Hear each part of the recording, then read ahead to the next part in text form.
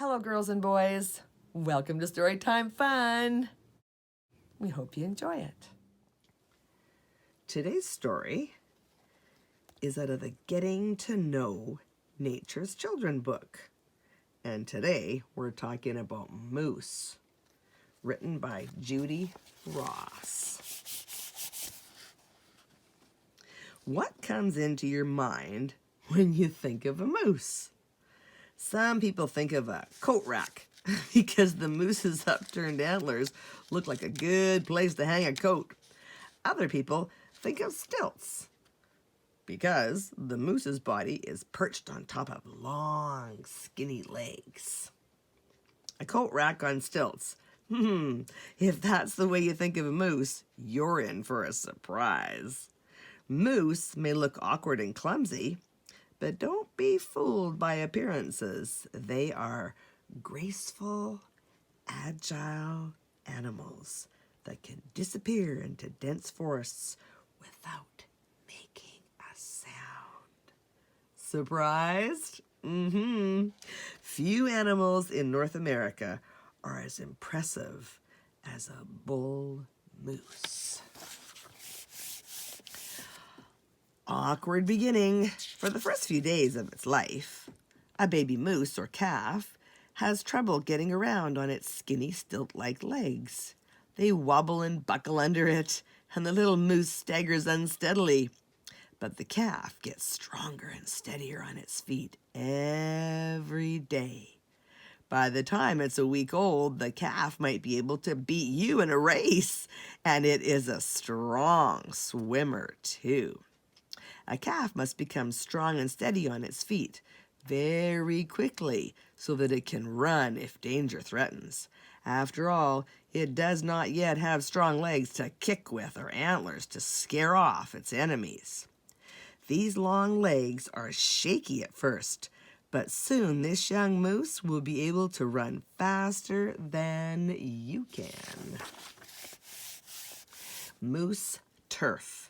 Most moose live in the forested areas on the edge of the Arctic in North America and Eurasia. But some are found farther south, often near lakes or streams. Some even live in the treeless northern tundra, where the winters are often very cold. The shaded areas on this map shows where the moose live in North America. You can tell this bull is a yearling by its short, spiked antlers. All in the family. Moose are the largest members of the deer family. They are at least a head taller than their deer cousins, the elk, deer, and caribou. The male, or bull, is larger than the female, or cow.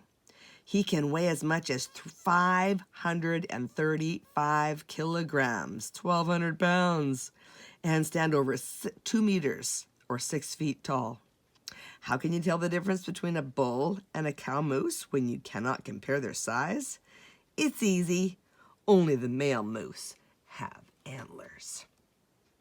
Even though the female is smaller than the male, she still is large as a horse. Heavy-headed. Imagine having to walk, run, and even swim with a piano bench tied to your head. Fully grown, not for a bull moose, a full-grown bull moose, their antlers can be about the size and weight of a piano bench. But while you might have trouble carrying around something so large and heavy, the moose does not even seem to notice its cumbersome headgear. It can lope easily through dense forest without smashing its antlers into trees or getting them stuck in branches. Male moose do not start life with a handsome pair of antlers. During their first year, they grow tiny brown buttons. The next year, their antlers are a bit bigger. They stick out on either side of the moose's head like handles. Finally, after 7 years of bigger and bigger antlers, the male's headgear is fully grown. This may seem like a long wait for a pair of antlers, but it's just as well. Imagine what a mess a young moose would be in if it suddenly sprouted a pair of antlers the size of a piano bench. Something's missing. Male moose do not have antlers all year round. In early winter, their antlers drop off. Sometimes one antler is shed before the other, and the moose must get used to being lopsided for a few days. In early spring, a new set of antlers sprouts. First tiny black knobs appear. These knobs are covered with a soft, fuzzy skin called velvet. This velvet contains blood vessels to nourish the antlers and help them grow. By mid-July, the antlers are full size, and in early fall, the velvet begins to fall off. During this stage, the moose looks very messy. It has strips of ragged velvet hanging from its headgear. To help loosen this fuzzy skin, the moose often rubs his antlers against trees. Shreds of torn velvet still cling to the antlers of this moose. Comparison of a moose and elk antlers. They are different, aren't they? The big stretch. A moose is so tall that the average 3-year-old child would only reach its knobby knees. Whew. Its long, thin legs account for most of its height. Having long legs is a big advantage for a forest dweller. They make it possible for the moose to step easily over logs on the ground, reach up into trees for food, and wade through deep snow that would stop other animals. If you're ever lucky enough to see a moose in the wild, stop and watch how it moves through the forest. It majestically strides through the trees and over fallen logs without slowing its pace. A moose on the move is very graceful creature indeed. The moose's long legs are also useful when it needs to defend itself or escape. It can kick out to fend off a hungry wolf. If that fails, outrun its attackers. Like other members of the deer family, the moose has split hooves for feet. These spread out slightly as it walks over swampy ground to provide more support for its big, bulky body. If threatened, a moose will kick out with either its front or hind hoofs, and it doesn't often miss its target. Sight, sounds, and scents. Those sleepy-looking big brown eyes may be one of the most handsome features of a moose, but they're not very useful. A moose has very poor eyesight. Luckily, its other senses are much sharper. Its big ears are like those of a mule. Whenever a moose hears something that may mean danger, its ears stand up on end to catch the sound waves. Thanks to these effective sound catchers, a moose can hear much better than we can. A moose uses its big nose to sniff the air. Its keen sense of smell can pick up the wind-blown scent of other animals long before it can see them. Who goes there? Water lover.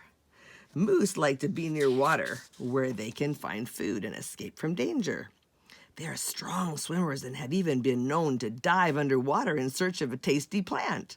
When a moose dives underwater, its nostrils close to keep the water out, just as a submarine's hatches close before submerging. A river or lake is also a handy refuge from black flies and mosquitoes. In summer, a moose will stand neck deep in water so that these pesky insects cannot bite it. Moose are usually seen in or near water. Big eaters. It sometimes seems that a moose day is just one long meal. In summer, juicy green leaves, twigs, and plants make up most of its diet. but its favorite food is water lilies. Much of a moose's water lily eating takes place in the early morning or late afternoon. The moose stands partially submerged in the water and dips its nose under to tear off the lilies. This bull didn't have to wade in very deep to find a choice supply of tender treats.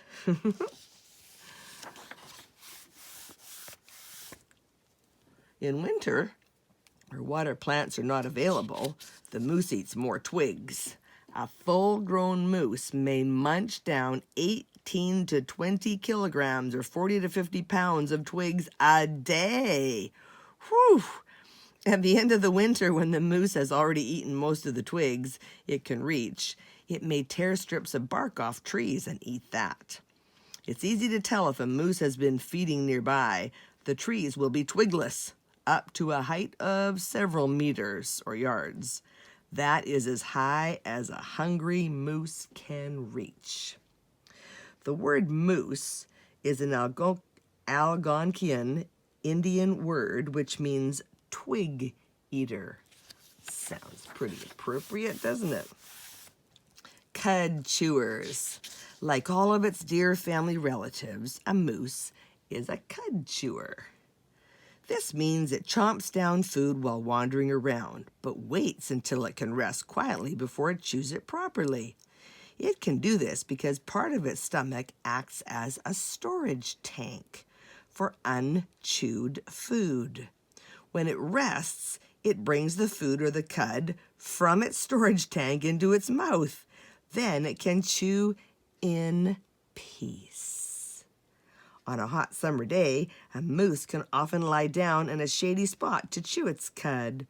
In winter, it may flop down in the snow.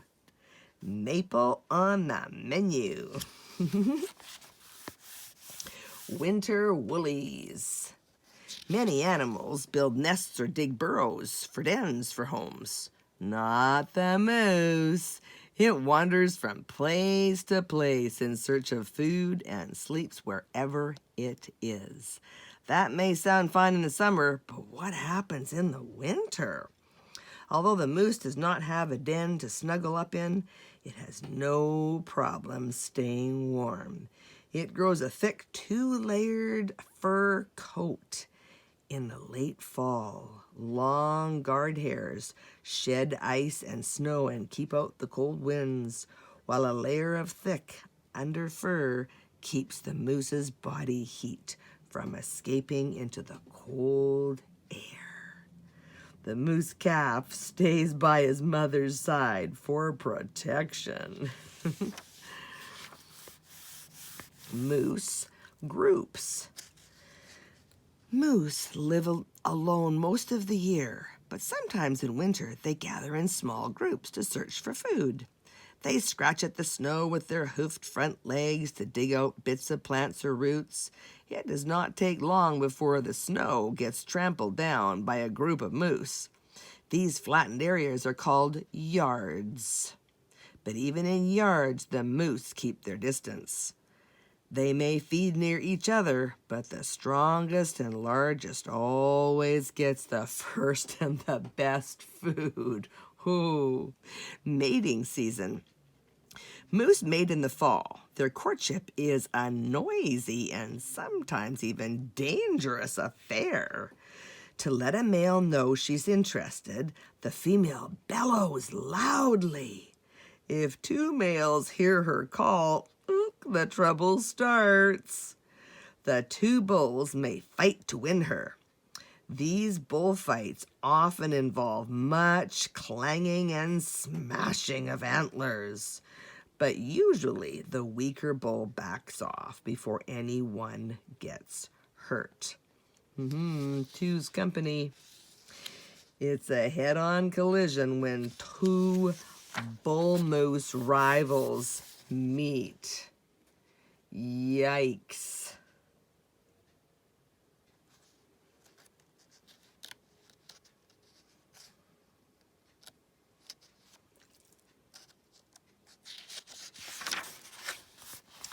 and moose nursery.